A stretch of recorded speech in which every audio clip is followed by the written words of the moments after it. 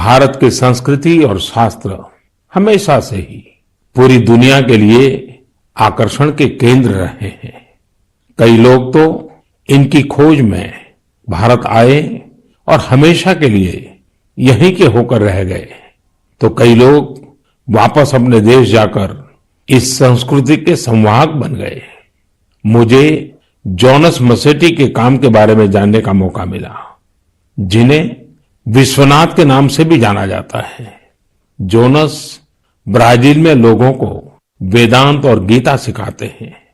वे विश्व विद्या नाम की एक संस्था चलाते हैं, जो रियो डी जेनेरो से घंटे भर की दूरी पर पेट्रोपोलिस के पहाड़ों में स्थित है।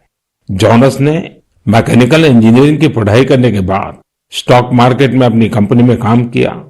बाद में उनका रुझान भारतीय संस्कृति और खासकर वेदांत की तरफ हो गया। स्टॉक से लेकर के स्पिरिचुअलिटी तक वास्तव में उनकी एक लंबी यात्रा है। जोनास ने भारत में वेदांत दर्शन का अध्ययन किया और 4 साल तक वे कोयम्बतूर के आर्ष विद्या गुरुकुलम में रहे। जोनास में एक और खासियत है, वह अपने मैसेज को आगे पहुंचाने के लिए टेक्नोलॉजी का प्रयोग कर रहे हैं। वह नियमित रूप से ऑनलाइन प्रोग्राम्स करते हैं। वे प्रतिदिन पॉडकास्ट करते हैं।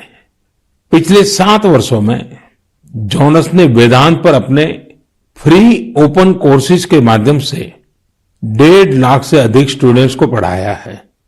जोनास न केवल एक बड़ा काम कर रहे हैं, बल्कि उसे एक ऐसी भाषा में कर रहे हैं जिसे समझने वालों की संख्या भी बहुत अधिक है।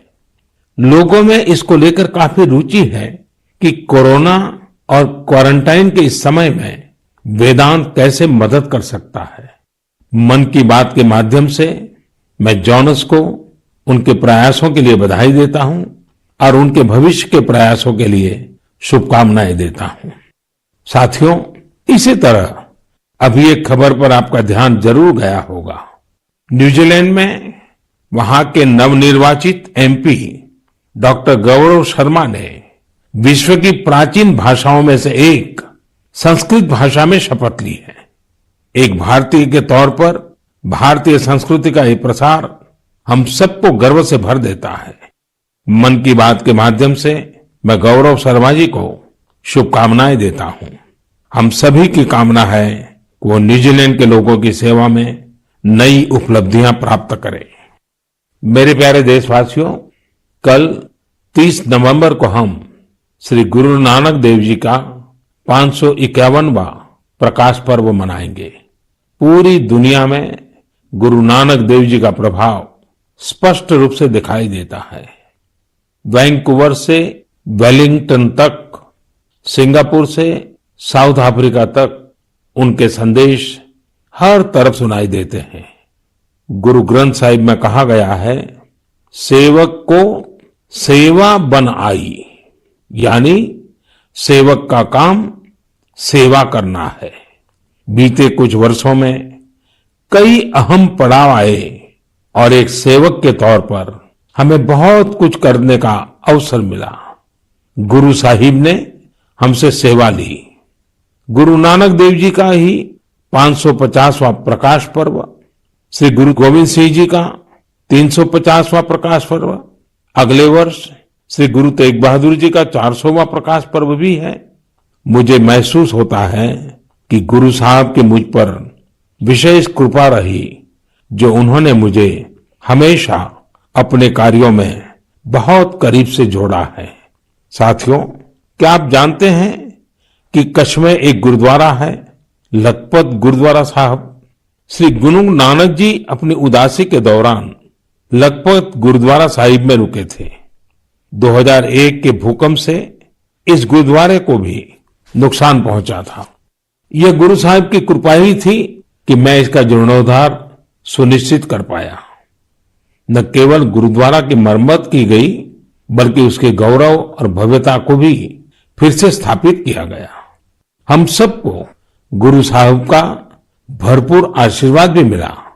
लखपत गुरुद्वारा के संरक्षण के प्रयासों को 2004 में UNESCO Asia Pacific heritage award में अवार्ड ऑफ डिस्टिंक्शन दिया गया। अवार्ड देने वाली जूरी ने यह पाया कि मरम्मत के दौरान शिल्प से जुड़ी बारीकियों का विशेष ध्यान रखा गया।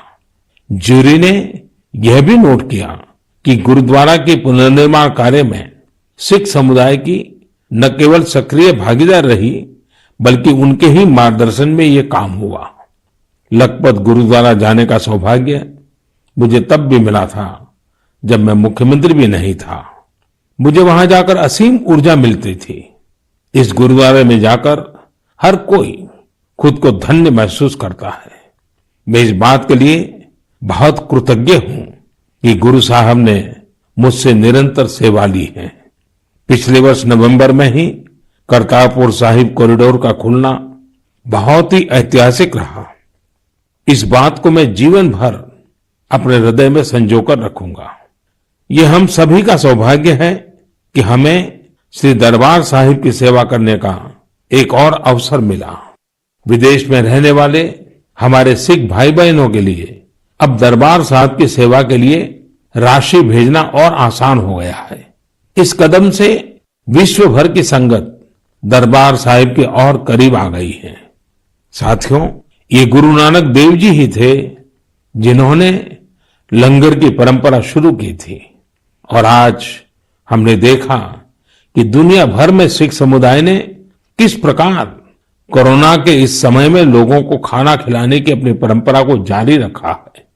मानवता की सेवा की ये परंपरा हम सभी के लिए निरंतर प्रेरणा का काम करती है। मेरी कामना है हम सभी सेवक की तरह काम करते रहें। गुरु साहिब मुझसे और देशवासियों से इसी प्रकार सेवा लेते रहें। एक बार फिर गुरु नानक जयंती पर मेरी बहुत बहुत शुभकामनाएं। मेरे प्यारे देशवासियों, पिछले दिनों मुझे